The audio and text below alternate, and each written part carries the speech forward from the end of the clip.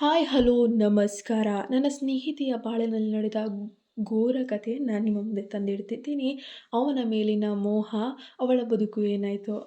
ಮದುವೆ ಮನೆ, ಎಲ್ಲೆಲ್ಲೂ ಹಳದಿ ಕೆಂಪು ಬಣ್ಣದ ಸೀರೆಗಳ ಸಡಗರ. ಅತ್ತಿಗೆಯವರು ದೊಡ್ಡಮ್ಮಂದಿರು ಓಡಾಡ್ತಾ, ನೋಡಿ ನಮ್ಮ ಅಳಿಯ ಎಷ್ಟು ಶ್ರೀಮಂತರು, ಹೆಣ್ಣಿಗೆ ಎಷ್ಟು ತಂದಿದಾರಲ್ವಾ ಅಂತ ಕಿವಿಯಲ್ಲೇ ಗುನುಗೊಳ್ತಾ ಮಾತಾಡ್ತಾ ಇದ್ದಾರೆ. ಮಲ್ಲಿಗೆ ಹೂವಿನ ಘಮ ಮತ್ತು ಅಡಿಗೆ ಮನೆಯ ವಾಸನೆ ಒಟ್ಟಿಗೆ ಸೇರಿ ಆ ವಾತಾವರಣವನ್ನು ತುಂಬಿತ್ತು. ಆದರೆ ಈ ಸಕಲ ಐಸಿರಿ ಸಂತೆ ಮಂದಿಯ ನಡುವೆ ಕೂತಿದ್ದಂತಹ ಶ್ರಾವ್ಯಾಳ ಕಣ್ಣು ಮಾತ್ರ ನೆಲದ ಮೇಲೆ ಹಾಸಿದ್ದಂತಹ ಹೊಳಪಿನ ರೇಷ್ಮೆ ಬಟ್ಟೆಯ ಮೇಲೆ ಹರಡಿದ್ದ ಬಂಗಾರದ ಒಡವೆಗಳ ಮೇಲೆ ಇತ್ತು.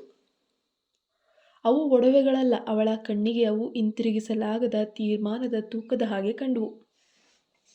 ಒಂದು ಬದಿಯಲ್ಲಿ ಅವಳ ಅಪ್ಪ ಅಮ್ಮ ಪಟ್ಟ ಕಷ್ಟಗಳಿಗೆ ಸಿಕ್ಕ ಬೆಲೆ ಆ ಒಡವೆಗಳು. ಇನ್ನೊಂದು ಬದಿಯಲ್ಲಿ ಅವಳ ಇಷ್ಟು ವರ್ಷದ ಬದುಕು, ಕಲಿಕೆ, ಕನಸು, ಸ್ವಾತಂತ್ರ್ಯ ಎಲ್ಲದಕ್ಕೂ ಬೀಳುವ ಮುಚ್ಚಳದ ಸಂಕೇತ ಅದು. ಪಕ್ಕದಲ್ಲಿದ್ದ ಅವರ ಭಾವ ಆ ದೊಡ್ಡ ಹಾರದ ಬಗ್ಗೆ ಹೇಳಿದ್ದ. ಇದು ಬಂಗಾರ ಮಾತ್ರ ಅಲ್ಲಮ್ಮ, ನಮ್ಮ ಮನೆತನದ ಗೌರವ, ಐಸಿರಿ, ನಿನ್ನನ್ನು ನಮ್ಮ ಸೊಸೆಯಾಗಿ ಒಪ್ಪಿಕೊಂಡಿರುವಂತಹ ಸಂಕೇತ. ಶ್ರಾವ್ಯ ನಿಧಾನವಾಗಿ ಕೈಚಾಚಿ ಮಧ್ಯದಲ್ಲಿದ್ದ ಆ ಭಾರವಾದ ಗಟ್ಟಿಯಾದ ಕೆಂಪು ಕಲ್ಲುಗಳಿಂದ ಒಡವೆಯನ್ನು ಮುಟ್ಟಿದ್ಲು. ಅದು ಕೇವಲ ಚಿನ್ನದ್ದಾಗಿರದೆ ಕೈಗೆ ಹಾಕಿದ್ದ ಸರಪಳಿಯಂತೆ ಭಾಸ ಆಯಿತು. ಆ ತಣ್ಣನೆಯ ಸ್ಪರ್ಶಕ್ಕೆ ಅವಳ ಬೆನ್ನ ಮೂಳೆಯಲ್ಲಿ ಒಂದು ನಡುಕ ಉಂಟಾಯಿತು.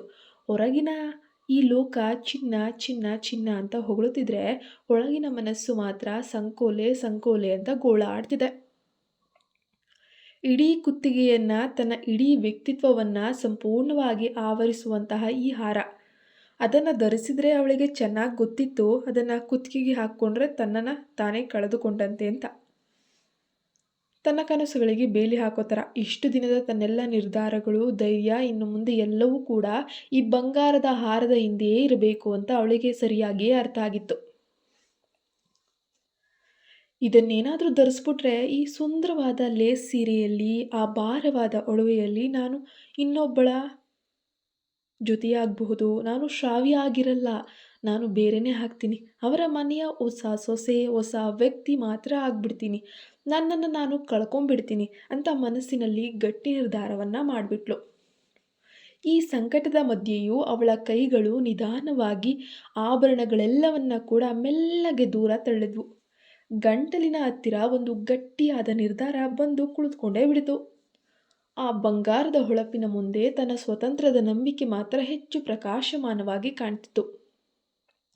ರಾತ್ರಿ ಆಯಿತು. ಮನೆಯೆಲ್ಲ ಡಾಮ್ ಡೂಮ್ ಅನ್ನುವಂತಹ ಶಬ್ದ ಕೇಳಿಸ್ತಾ ಇದೆ. ಇಡೀ ದಿನ ಮದುವೆ ಸಡಗರಕ್ಕೆ ಓಡಾಡಿ ಸುಸ್ತಾಗಿರುವಂತಹ ಅಪ್ಪ ಅಮ್ಮ, ಅತ್ತಿಗೆ, ಚಿಕ್ಕಮ್ಮ ಚಿಕ್ಕಪ್ಪ, ಅತ್ತೆ ಮಾವ, ಮೈದನರು ಎಲ್ಲರೂ ಕೂಡ ಗಾಢ ನಿದ್ರೆಯಲ್ಲಿದ್ದಾರೆ. ಅಜಾರದಲ್ಲಿದ್ದ ಗೋಡೆ ಗಡಿಯಾರದ ಟಿಕ್ ಟಿಕ್ ಸದ್ದು ಹೊರತುಪಡಿಸಿ ಬೇರೆ ಏನೂ ಕೇಳ್ತಾ ಇಲ್ಲ. ಶ್ರಾವ್ಯ ಮಲಗಿದಂತೆ ನಟಿಸುತ್ತಾ ಹೊದಿಕೆಯ ಕೆಳಗೆ ತನ್ನ ಹಳೆಯ ಮುಚ್ಚಿಟ್ಟಿದ್ದಂತಹ ಮೊಬೈಲನ್ನು ಕೈಗೆ ತೆಗೆದುಕೊಂಡ್ಳು. ಕೈ ನಡುಗ್ತಾ ಇತ್ತು, ಆದರೂ ಕಣ್ಣುಗಳು ಗಾಬರಿಯಿಂದ ಸುತ್ತಮುತ್ತ ನೋಡ್ತಾ ಇದ್ವು. ಇವತ್ತಿನ ದಿನಾಂಕ, ಇವತ್ತಿನ ಸಮಯ ಎಲ್ಲವೂ ನೆನ್ನೆ ನಿರ್ಧಾರ ಆಗೋಗಿತ್ತು. ಅವಳ ಪ್ರಿಯಕರ ಗೌತಮ್ ಮನೆಯಿಂದ ಅರ್ಧ ಕಿಲೋಮೀಟರ್ ದೂರದಲ್ಲಿರುವ ಹಳೆಯ ದೇವಸ್ಥಾನದ ಜಾಗದಲ್ಲಿ ಕಾಯ್ತಾ ಇರ್ತಾನೆ. ಬಹಳ ಎಚ್ಚರಿಕೆಯಿಂದ ಮೆಸೇಜ್ ಓಪನ್ ಮಾಡಿ ಅವಳು ಟೈಪ್ ಮಾಡಿದ ಒಂದೇ ಒಂದು ಪದ, ಕಾಫಿ. ಅದು ಬರೀ ಕಾಫಿ ಅಲ್ಲ, ನಾನು ರೆಡಿ ಇದ್ದೇನೆ, ನಿನ್ನ ಹತ್ತಿರಕ್ಕೆ ಬರ್ತೀನಿ ಎಂಬ ಅವರ ಗುಪ್ತ ಕೋಡ್ ಆಗಿತ್ತು. ಆ ಗುಪ್ತ ಕೋಡ್ನ ಸಂದೇಶವನ್ನು ಕಳುಹಿಸಿ ಫೋನ್ ಕೆಳಗಿಟ್ಟಿದ್ದೋ ಇಲ್ಲವೋ, ಅಜಾರದಿಂದ ಬಂದ ಒಂದು ಸಣ್ಣ ಟಕ್ ಎಂಬ ಶಬ್ದ, ಆ ಸದ್ದು ಇಡೀ ಮನೆಯ ಮೌನದ ಎದೆಯನ್ನು ಭೇದಿಸಿಬಿಡ್ತು. ಅದು ಯಾವ ಸದ್ದು? ಬೆಕ್ಕೇನಾದರೂ ಬೀಳಿಸ್ತಾ ಏನಾದರೂ, ಅಥವಾ ಅಪ್ಪ ಎದ್ದು ನೀರು ಕುಡಿಯೋಕೆ ಬಂದ್ರ? ಶ್ರಾವ್ಯ ತಕ್ಷಣ ಉಸಿರಾಟವನ್ನೇ ನಿಲ್ಲಿಸ್ಬಿಟ್ಲು. ಹೃದಯ ಎದೆಯಲ್ಲಿ ಡವಡವ ಡವಡವ ಎಂದು ಡೋಲು ಬಾರಿಸಿದ ಹಾಗೆ ಕೇಳಿಸತೊಡಗಿತ್ತು. ಆತಂಕದಿಂದ ಬೆವರು ಇಳಿಯಲು ಶುರುವಾಗಿತ್ತು.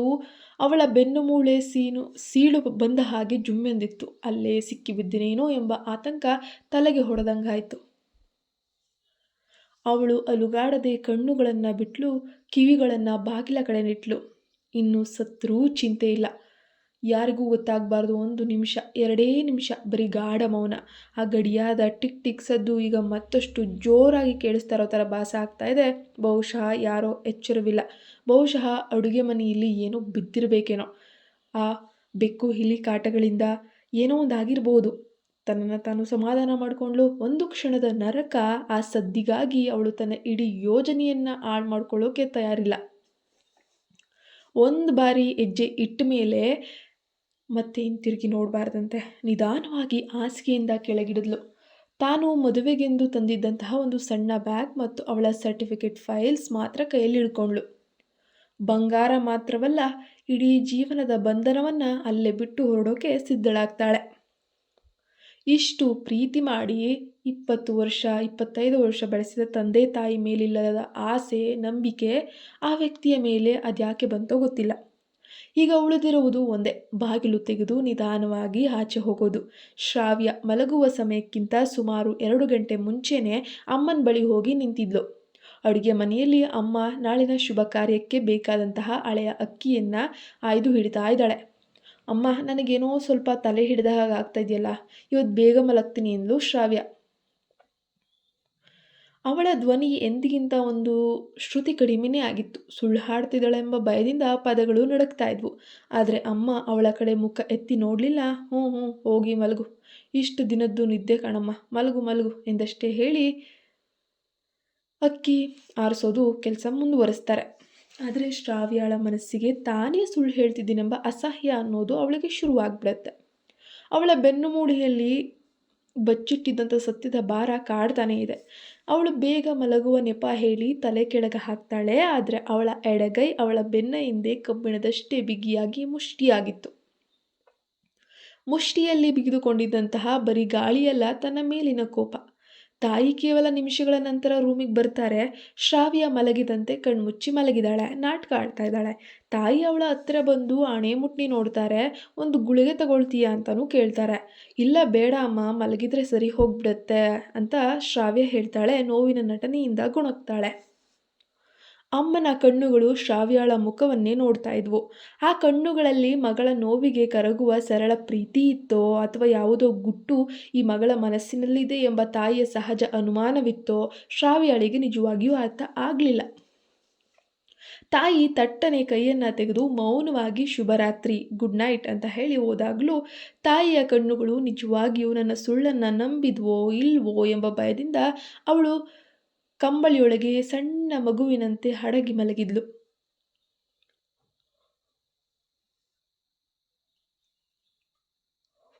ನಾನು ನಂಬ್ತೇನೆ, ಆದರೆ ಏನೂ ಸರಿಯಿಲ್ಲ. ತಾಯಿಯ ಕಣ್ಣುಗಳು ಹೇಳಿದ ಹಾಗೆ ಅವಳಿಗೆ ಭಾಸ ಆಯಿತು. ಆ ಕಣ್ಣುಗಳು, ನುಂಗಿದ ಮಾತುಗಳು ಆ ಚಿನ್ನದ ಹಾರಕ್ಕಿಂತಲೂ ಹೆಚ್ಚು ಭಾರವಾಗಿ ಅವಳ ಹೃದಯವನ್ನು ಕಾಡಿದ್ವು. ಪಲಾಯನ ಮಾಡಿದ ಮೇಲೆ ಬರುವಂತಹ ಅಪರಾಧ ಇದೆಯಲ್ಲ, ಆ ಅಪರಾಧಕ್ಕಿಂತ ಪಲಾಯನದ ತಯಾರಿಯಲ್ಲಿ ಈ ಸುಳ್ಳು ಹೇಳಿದ್ದೆ ಅವಳಿಗೆ ದೊಡ್ಡ ಪಾಪದಂತೆ ಕಾಣ್ತಾ ಇದೆ. ನಾನು ನಂಬ್ತೇನೆ, ಆದರೆ ಏನೋ ಸರಿಯಿಲ್ಲ. ತಾಯಿಯ ಕಣ್ಣುಗಳು ಹೇಳಿದ ಹಾಗೆ ಅವಳಿಗೆ ಮತ್ತೆ ಭಾಸಾಯಿತು. ಆ ಕಣ್ಣುಗಳು, ನುಂಗಿದ ಮಾತುಗಳು ಆ ಚಿನ್ನದ ಹಾರಕ್ಕಿಂತಲೂ ಹೆಚ್ಚು ಭಾರವಾದ ಅವಳ ಹೃದಯವನ್ನು ಕಾಡಿದ್ವು.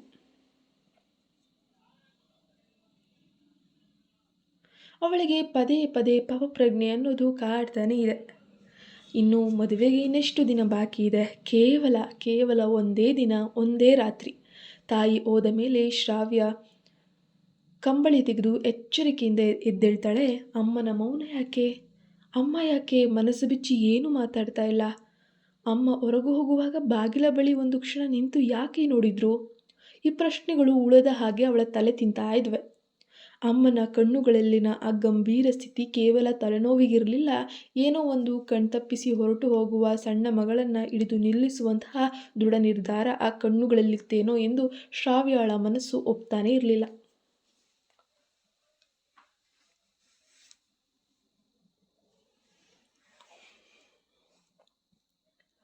ಅದು ತನ್ನಿಂದ ದೂರವಾಗಲು ಶ್ರಾವ್ಯ ಕೊಡುತ್ತಿದ್ದಂತಹ ಅಂತಿಮ ನೋವು ಎಂಬ ಅರಿವು ತಾಯಿಗೆ ಇತ್ತಾ? ಇದ್ದರೆ ಇದು ತನ್ನ ಪಲಾಯನವನ್ನು ಇನ್ನಷ್ಟು ಕಷ್ಟ ಮತ್ತು ಕ್ರೂರವಾಗಿ ಮಾಡಿಬಿಡುತ್ತೆ ಅಂತ ಶ್ರಾವ್ಯ ನಡುಗ್ತಾಳೆ. ಸಮಯ ಏನೋ ಆಗ್ತಾನೆ ಬರ್ತಾ ಇದೆ. ಅಜಾರದಲ್ಲಿ ಯಾರೋ ಬಿದ್ದ ಸದ್ದು ಕೇಳಿ ಕೆಲವೇ ನಿಮಿಷಗಳು ಕಳೆದಿದ್ವು. ಶ್ರಾವ್ಯ ತನ್ನ ಬ್ಯಾಗ್ ಇದ್ದ ಮೂಲೆಯ ಕಡೆ ನೋಡಿದ್ಲು. ಅಲ್ಲಿ ಆಕಾಶವೇ ಕುಸಿದ ಹಾಗಾಯಿತು. ಪಕ್ಕದಲ್ಲಿ ಮೂಲೆಯಲ್ಲಿ ಗೋಡೆಗೆ ಹೊರಗಿಟ್ಟಿದ್ದ ಅವಳ ಸಣ್ಣ ಹಳೆಯ ನೀಲಿ ಬಣ್ಣದ ಬ್ಯಾಗು ಗೋಡೆಗೆ ಒರಗಿದಾಗ ಅದು ಬೀಳಬಾರದು ಅಂತ ಅಡ್ಡವಾಗಿ ಇಟ್ಟಿದ್ದ ಒಂದು ಜಾತ್ರೆ ಸೌಂಡ್ ಲೈಟು ಅರ್ಧ ಬಿದ್ದಿತ್ತು. ಆ ಜಾತ್ರೆ ಸೌಂಡ್ ಲೈಟನ್ನು ಯಾವಾಗಲೂ ಅಮ್ಮ ಇಟ್ಟು ಇದರಿಂದ ರೂಮಿಗೆ ಚೆನ್ನಾಗಿ ಅಲಂಕಾರ ಬರುತ್ತೆ ಅಂತ ಹೇಳ್ತಾ ಇದ್ರು. ಈಗ ಅದು ಬಿದ್ದಿದೆ ಅಂದರೆ ಯಾರೋ ಆ ಬ್ಯಾಗನ್ನು ಮುಟ್ಟಿ ಅದನ್ನು ಸರಿಸಿದ್ದಾರೆ. ಬಹುಶಃ ಅಮ್ಮನೇ ಅಥವಾ ಅತ್ತಿಗೆಯವರೋ. ಬ್ಯಾಗ್ ಮುಟ್ಟದಿದ್ದರೆ ಆ ಸೌಂಡ್ ಲೈಟು ಆ ರೀತಿ ಬೀಳ್ತಾ ಇರಲಿಲ್ಲ. ಶ್ರಾವ್ಯಳ ಹೃದಯ ಒಮ್ಮೆ ಒಡೆದು ಹೋಯಿತು. ಸಿಕ್ಕಿಬಿದ್ದೆ ಅನ್ನೋ ಥರ. ಸಿಕ್ಕಿಬಿದ್ದನೇನೋ, ಇಷ್ಟು ತಡವಾಗಿ ಅಮ್ಮ ಯಾಕೆ ನನ್ನ ಬ್ಯಾಗನ್ನು ಮುಟ್ಟಿದ್ಲು, ಅದರ ಬ್ಯಾಗ್ ಹತ್ರ ಯಾಕೆ ಹೋದ್ಲು, ಅವರ ಮೌನ, ಅವರ ದೃಷ್ಟಿ ಎಲ್ಲವೂ ಈಗ ಈ ಸಣ್ಣ ಸುಳಿವನ್ನು ಸಮರ್ಥಿಸುವಂತಿತ್ತು. ಒಂದು ಸಣ್ಣ ಚೀಲ, ಅದು ತನ್ನ ಎಸ್ಕೇಪ್ ಪ್ಲ್ಯಾನನ್ನು ಇಡೀ ಮನೆಯ ಮುಂದೆ ಬಯಲು ಮಾಡಬಹುದಿತ್ತು. ಆದರೆ ಇನ್ನು ಹಿಂದೆ ಸರಿಯುವ ಮಾತಿಲ್ಲ. ಬ್ಯಾಗ್ನೊಳಗೆ ಕೈ ಹಾಕಿ ಒಂದು ಸಣ್ಣ ಜೇಬ್ನಲ್ಲಿ ಅಡಗಿಸಿದ್ದ ಚಾಕುವನ್ನು ಹಿಡಿದ್ಲು. ಕತೆ ಹೇಗೆ ತಿರುಗಿದ್ರೂ ಎದುರಿಸಲು ಸಿದ್ಧಳಾಗಿ ಬಾಗಿಲು ತಟ್ಟೋಕ್ಕೆ ಸಾಗಿದ್ಲು. ಶ್ರಾವ್ಯ ಬಾಗಿಲ ಬಳಿಗೆ ಹೋಗ್ತಾಳೆ. ಪ್ರತಿ ಹೆಜ್ಜೆಯೂ ಕೂಡ ನೆಲದ ಮೇಲೆ ಹಾಕ್ತಿದ್ದ ಸಪ್ಪಳವನ್ನು ಕದ್ದು ಮುಚ್ಚಿ ಇಡುವ ಹಾಗೆ ಬಹಳ ನಿಧಾನವಾಗಿ ಕಾಲಿಟ್ಲು. ಮನಸ್ಸು ಮಾತ್ರ ದಡದಡ ದಡದಡ ಅಂತ ಓಡಾಡ್ತಾನೆ ಇದೆ. ಹುಚ್ಚು ಕುದುರೆಯ ಹಾಗೆ ಬಡ್ಕೊಳ್ತಾನೆ ಇದೆ. ಬಾಗಿಲು ಬೇರೆ ಹಳೇದಾ, ಸ್ವಲ್ಪ ಜೋರಾಗಿ ಹೇಳಿದ್ರೆ ಕಿರ್ರ್ ಅಂತ ಜೋರಾಗಿನೇ ಶಬ್ದ ಮಾಡೋದು ಗ್ಯಾರಂಟಿ. ಶ್ರಾವ್ಯ ಮೊದಲು ಕೈಯಿಂದ ಹಿಡಿಯನ್ನು ಗಟ್ಟಿಯಾಗಿ ಹಿಡಿದ್ಲು. ಆಮೇಲೆ ಒಂದು ನಿಧಾನವಾದ ಉಸಿರನ್ನು ಹೊಳಗೆ ತೆಗೆದುಕೊಂಡು ಶಕ್ತಿಯನ್ನೆಲ್ಲ ಒಂದುಗೂಡಿಸಿ ಹಿಡಿಯನ್ನು ಕೆಳಗೆ ತಿರುಗಿಸಿದ್ಲು. ಎಣ್ಣೆ ಇಲ್ಲದೆ ತುಕ್ಕು ಹಿಡಿದಿರುವಂತಹ ಕೀಲುಗಳು ಒಂದು ಸಣ್ಣ ಹಲ್ಲು ಕಿರಿದಂತಹ ಸದ್ದು ಮಾಡ್ತವೆ. ಆ ಸದ್ದು ಇಡೀ ಮನೆಯ ಮೌನದಲ್ಲಿ ಒಂದು ಮಿಂಚಿನ ಹಾಗೆ ಭಾಸವಾಗುತ್ತೆ. ಶ್ರಾವ್ಯ ತಕ್ಷಣ ನಿಂತು ಉಸಿರನ್ನು ಹಿಡಿದು ಬಾಗಿಲ ಕಡೆ ನೋಡಿದ್ಲು. ಯಾರಾದರೂ ಎದ್ರಾ? ಮೌನ. ಸದ್ದು ಮಾಡಬಾರದು ಅಂತ ಗೋಡೆ ಗಡಿಯಾರವು ನಿಂತು ಹೋಗಿಬಿಟ್ಟಿದೆಯೇನೋ ಎಂಬಷ್ಟು ಗಾಢವಾದ ಮೌನ ಅಲ್ಲಿ ಆವರಿಸಿತ್ತು. ಈಗ ಬಾಗಿಲನ್ನು ಗಜಗಜನೆ ಎಳೆಯಬಾರದು, ಅದಕ್ಕಿಂತ ಅದನ್ನು ಮೆಲ್ಲಗೆ ಜಾರಿ ತೆಗೆಯಬೇಕು. ಆ ಕೆಲಸಕ್ಕೆ ಅವಳ ಮನಸ್ಸು ಒಪ್ತಾ ಇರಲಿಲ್ಲ. ಆದರೂ ಅನಿವಾರ್ಯವಾಗಿ ಬಾಗಿಲನ್ನು ನಿಧಾನವಾಗಿ ಉಸಿರನ್ನು ಹಿಡಿದು ಇಂಚಿಂಚು ಜರಿಸಿ ಹೊರಗಿನ ಅಜಾರವನ್ನು ಕಂಡ್ಳು. ಕತ್ತಲೆ ಕತ್ತಲೆ ಕತ್ತಲೆ, ಕಣ್ಣಿಗೆ ಕತ್ತಲೆಯೇ ಕತ್ತಲೆ ಕಾಣ್ತಾ ಇದೆ. ಆ ಗಣೇಶನ ವಿಗ್ರಹದ ಹತ್ತಿರ ಬಿದ್ದಿದ್ದ ಟಕ್ ಸದ್ದಿನ ವಸ್ತುವನ್ನು ನೋಡಬೇಕು ಅನ್ನಿಸ್ತು. ಆದರೆ ನೋಡುವ ಧೈರ್ಯ ಇರಲಿಲ್ಲ.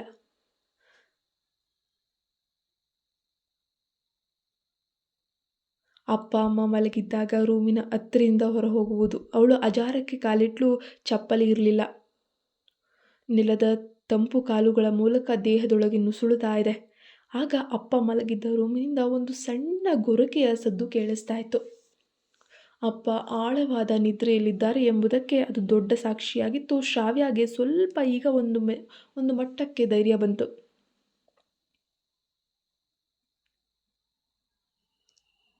ಆದರೆ ಮುಖ್ಯ ಬಾಗಿಲಿಗೆ ಹತ್ತಿರ ಆಗ್ತಾ ಇದ್ದಾಳೆ. ಅವಳು ಇನ್ನೊಂದು ಸದ್ದನ್ನು ಕೇಳಿಸ್ಕೊಳ್ತಾಳೆ. ಅದು ಗೊರಕೆ ಅಲ್ಲ, ದುರ್ಬಲವಾದ ಪಿಸುಗುಟ್ಟಿದಂತಹ ಸದ್ದು. ಅತ್ತಿಗೆಯವರು ಮಲಗಿದ್ದ ರೂಮಿನ ಕಡೆಗೆ ಆ ಸದ್ದು ಬರ್ತಾ ಇದೆ. ಅತ್ತಿಗೆ ಅವರ ರೂಮಿನ ಬಾಗಿಲು ಸ್ವಲ್ಪ ತೆರೆದಿತ್ತು. ಆ ಪಿಸುಮಾತು ಎಚ್ಚರವಾಗಿದೆಯೇ ಅಥವಾ ನಿದ್ದೆಯಲ್ಲಿಯೇ ಕನವರಿಸ್ತಿದ್ದಾರೆಯೇ ಎಂಬ ಗೊಂದಲ. ಶ್ರಾವ್ಯ ಮಾತ್ರ ಅಲ್ಲಿ ನಿಲ್ಲಿಲ್ಲ. ತಕ್ಷಣ ತಲೆ ತಗ್ಗಿಸಿ ನೆಲಕ್ಕೆ ಅಂಟ್ಕೊಂಡು ನಡೆಯುತ್ತಿದ್ದಂತೆ ಆ ಮುಖ್ಯ ಬಾಗಿಲಿನ ಕಡೆ ಧಾವಿಸಿದ್ಲು. ಈಗ ಅಂತಿಮವಾದ ಅಡೆತಡೆ, ದೊಡ್ಡ ಕಬ್ಬಿಣದ ಬಾಗಿಲು, ಆ ಕಬ್ಬಿಣದ ಬೀಗ. ಆದರೆ ಅವಳು ಬುದ್ಧಿವಂತೆ. ನಿನ್ನೆ ರಾತ್ರಿಯೇ ಆ ಕೀಲಿ ಮಣಿಗೆ ಸ್ವಲ್ಪ ಎಣ್ಣೆ ಹಾಕಿ ಇಟ್ಟಿದ್ಲು. ಕೈ ನಡುಗುತ್ತಿದ್ದರೂ ಕೀಲಿಯನ್ನು ತೂರಿಸಿ ತಿರುಗಿಸಿದ್ಲು. ಕ್ಲಿಕ್ ಎಂಬ ಬಹು ನಿರೀಕ್ಷಿತ ಸದ್ದು. ಬಾಗಿಲು ತೆರೆಯಿತು. ಹೊರಗೆ ತಣ್ಣನೆಯ ಇಬ್ಬನಿಯ ರಾತ್ರಿ.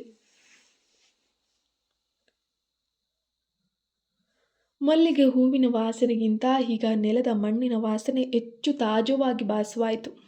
ಬಾಗಿಲನ್ನು ಮತ್ತೆ ಜಾರಿಸಿ ಮುಚ್ಚಿದ್ಲು. ಅದನ್ನು ಬೀಗ ಹಾಕಲು ಆಕೆ ಹೋಗಲಿಲ್ಲ. ಅದು ಹೆಚ್ಚಿನ ಶಬ್ದ ಮಾಡಬಹುದಿತ್ತು. ಇಷ್ಟೇ ಸಾಕು, ಈ ಮನೆಗೆ ಈಗ ವಿದಾಯ.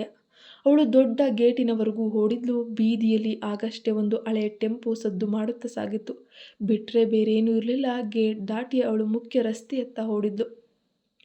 ದೇವರ ಕೋಣೆಯ ಹತ್ತಿರ ಹಳೆಯ ಆಲದ ಮರದ ಕೆಳಗೆ ನಿಂತಿದ್ದಂತಹ ಗೌತಮ್ ಅವಳಿಗೆ ಕಾಣಿಸ್ತಾನೆ. ಕೊನೆಗುವೆ ಕತ್ತಲೆಯಲ್ಲಿ ನಿಂತಿದ್ರೂ ಅವನ ಶ್ರಾವ್ಯಗೆ ಪ್ರಪಂಚದ ಎಲ್ಲ ಬೆಳಕಿಗಿಂತ ಹೆಚ್ಚು ಪ್ರಕಾಶಮಾನವಾಗಿತ್ತು.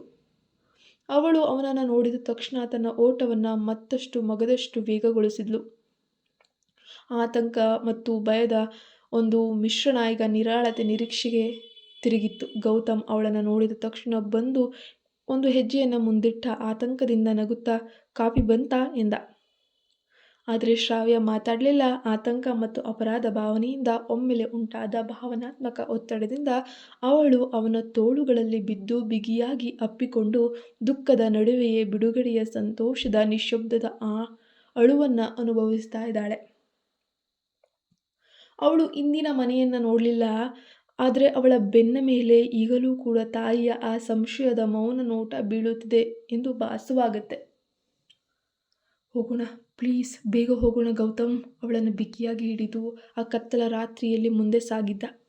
ಈಗ ಅವರ ಹಾದಿಯಲ್ಲಿ ಕೇವಲ ಭವಿಷ್ಯವಿತ್ತು. ಇಂದಿನ ಬಂಗಾರದ ಸಂಕೋಲೆಗಳಂತೂ ಇರಲಿಲ್ಲ. ಹೇಗೋ ಆವತ್ತಿನ ರಾತ್ರಿ ಕೊನೆಗೂ ಕೂಡ ಕಳೆದೇ ಹೋಯಿತು. ಮಗಳ ಮೇಲೆ ನಂಬಿಕೆ ಇಟ್ಟು ತಂದೆ ತಾಯಿ ಮಲಗಿದ್ರೋ ಹೇಗೋ ನೆಮ್ಮದಿಯಾಗೋ ಕಷ್ಟಪಟ್ಟು ಮಲಗಿದ್ರು. ಸೂರ್ಯೋದಯಕ್ಕೆ ಸ್ವಲ್ಪ ಮುನ್ನ ಶ್ರಾವ್ಯಾಳ ತಾಯಿ ಎಂದಿನಂತೆ ಪೂಜೆಗೆಂದು ಎದ್ದಾಗ ಮುಖ್ಯ ಬಾಗಿಲು ಬೀಗ ಹಾಕದೆ ಕೇವಲ ಜಾರಿದ ಸ್ಥಿತಿಯಲ್ಲಿದ್ದುದನ್ನು ಕಾಣ್ತಾರೆ. ಅವ್ರಿಗೆ ರಾತ್ರಿನೇ ಬೇರೆ ಮನಸ್ಸಿನಲ್ಲಿ ಅಳುಕು ಖಚಿತ ಆಗ್ಬಿಟ್ಟಿತ್ತು. ತಾಯಿಯ ದೇಹ ಜುಮ್ಮೆನ್ನಲಿಲ್ಲ, ಆದರೆ ಹೃದಯ ಒಳಗೆ ಬಿದ್ದು ಪುಡಿ ಪುಡಿಯಾದಂತೆ ಭಾಸ ಆಯಿತು. ಬಾಗಿಲನ್ನು ಮುಚ್ಚಿ ನೇರವಾಗಿ ಶ್ರಾವ್ಯಾಳ ಕೋಣೆಗೆ ಹೊಡ್ತಾರೆ ಒಂದೇ ಉಸಿರಿಗೆ. ಹಾಸಿಗೆ ಮೇಲೆ ಕಂಬಳಿ ಆಗಿಯೇ ಇತ್ತು, ಆದರೆ ಮಗಳ ವಾಸನೆ ಮಾತ್ರ ಗಾಳಿಯಲ್ಲಿ ಇರಲಿಲ್ಲ. ಮೂಲೆಯಲ್ಲಿದ್ದಂತಹ ನೀಲಿ ಬ್ಯಾಗ್ನ ಜಾಗ ಈಗ ಖಾಲಿ ಖಾಲಿ ಇದೆ. ಆ ತಲೆನೋವು ಸುಳ್ಳು ಎಂದು ಮನಸ್ಸಿನಲ್ಲೇ ಗುನುಗಿದ್ರು. ಅವರಿಗೆ ಕೋಪಕ್ಕಿಂತ ಹೆಚ್ಚು ಈ ಕ್ಷಣದಲ್ಲಿ ದುಃಖ ಮತ್ತು ಅಸಹಾಯಕತೆ ಕಾಡಿತು. ಮದುವೆ ನಿಶ್ಚಯವಾದ ದಿನದಿಂದಲೂ ಮಗಳ ಕಣ್ಣಿನಲ್ಲಿ ಆತಂಕ ಇತ್ತು ಎಂಬುದು ನೆನಪಾಯಿತು.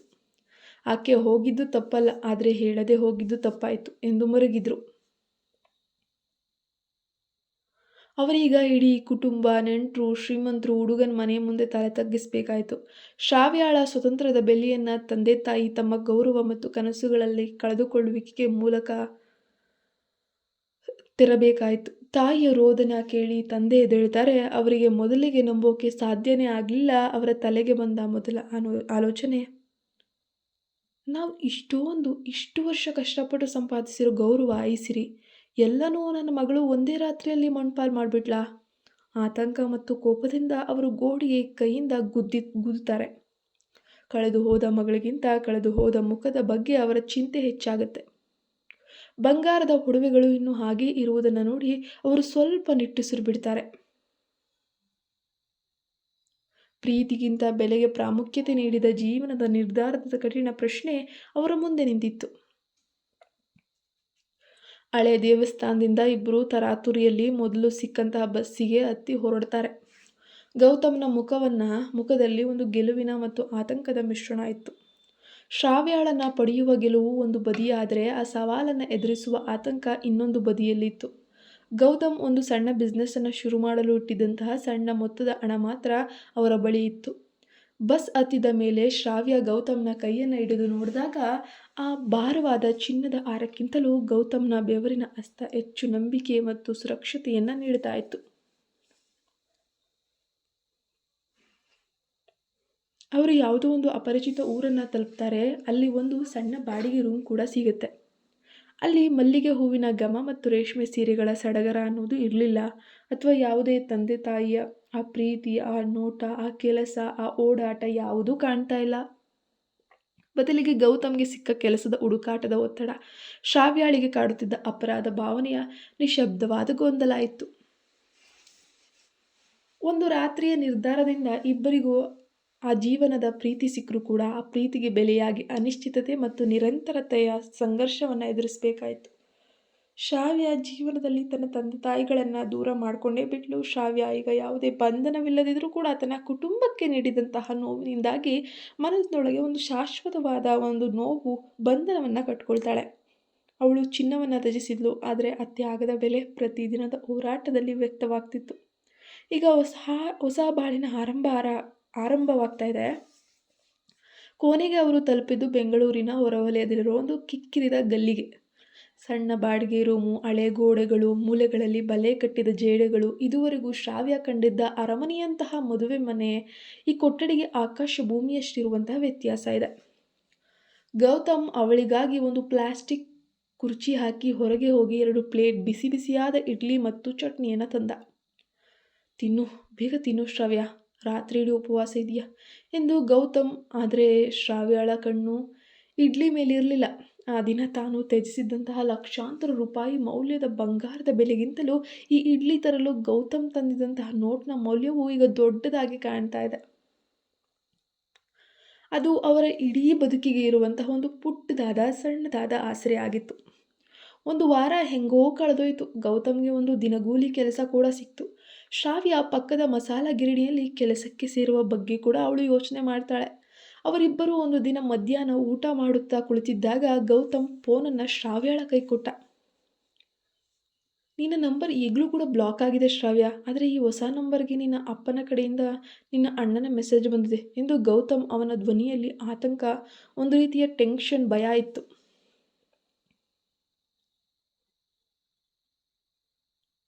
ಶ್ರಾವ್ಯಳ ಕೈ ನಡುಗ್ತಾ ಇದೆ. ಅವಳು ಮೆಸೇಜನ್ನು ಓದಲೇಬೇಕು, ಓದ್ತಾಳೆ. ಅದು ಕೇವಲ ಒಂದು ಲೈನ್: ನಾವು ಇವತ್ತಿನ ಮಟ್ಟಿಗೆ ನಿನ್ನನ್ನು ಹುಡುಕಲ್ಲ, ಮುಂದಿನ ವಾರ ಪೊಲೀಸರಿಗೆ ದೂರು ಕೊಡ್ತೀವಿ. ಅದಕ್ಕೆ ಮೊದಲು ನೀನು ಒಮ್ಮೆ ಫೋನ್ ಮಾಡಬೇಕು, ಕನಿಷ್ಠ ನೀನು ಜೀವಂತ ಇದೆಯಾ ಅಂತ ಗೊತ್ತಾಗಲಿ. ಶ್ರಾವ್ಯ ಇಡೀ ದೇಹ ತಣ್ಣಗಾಯಿತು. ಇದುವರೆಗೂ ಅವಳು ಹೋರಾಡಿದ್ದು ಆ ಚಿನ್ನದ ಬಂಧನದ ವಿರುದ್ಧ. ಈಗ ಹೋರಾಡಬೇಕಾಗಿರೋದು ತಾಯಿಗೆ ಕೊಟ್ಟಿದ್ದಂತಹ ನೋವಿನ ವಿರುದ್ಧ.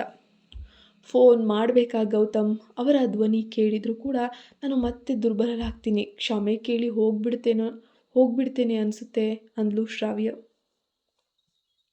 ಗೌತಮ್ ಅವಳ ಕೈ ಹಿಡಿದು ಗಟ್ಟಿಯಾಗಿ ನಕ್ಕ.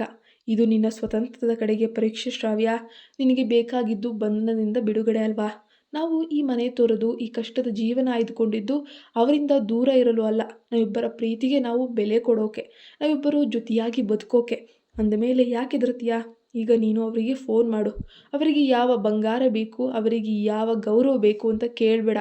ನೀನು ಖುಷಿಯಾಗಿ, ಸುರಕ್ಷಿತವಾಗಿ, ಸ್ವತಂತ್ರವಾಗಿ ಇದ್ದೀಯಾ ಅಂತ ಮಾತ್ರ ಹೇಳು.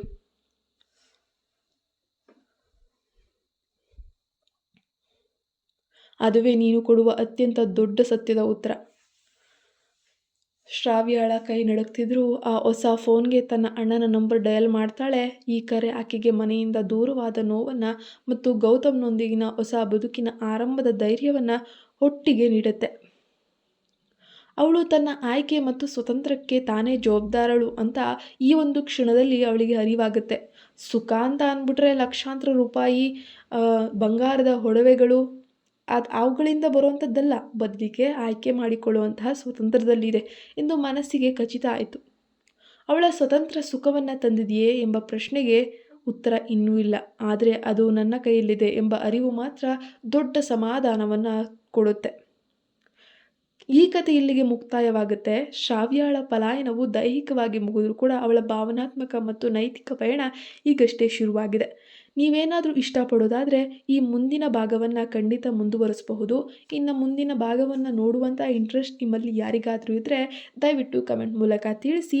ಹಾಗೂ ನಿಮ್ಮ ಅಭಿಪ್ರಾಯವನ್ನು, ಈ ಕತೆ ಹೇಗಿತ್ತು ಮತ್ತು ಏನು ಮಾಡಬಹುದಿತ್ತು ಆಕೆ ಅನ್ನೋದನ್ನು ಕಮೆಂಟ್ ಮೂಲಕ ತಿಳಿಸಬಹುದು. ಧನ್ಯವಾದ. ಇನ್ನೂ ತುಂಬ ಕಥೆಗಳು ನಮ್ಮ ಚಾನಲಲ್ಲಿದೆ. ನಿಮಗೆ ಸಮಯ ಸಿಕ್ಕಾಗ ಖಂಡಿತ ಚೆಕ್ಔಟ್ ಮಾಡಿ. ನಮ್ಮ ಚಾನಲ್ಗೆ ಸಬ್ಸ್ಕ್ರೈಬ್ ಆಗೋದನ್ನು ಮರಿಲೇಬೇಡಿ ಸ್ನೇಹಿತರೆ. ಶುಭವಾಗಲಿ.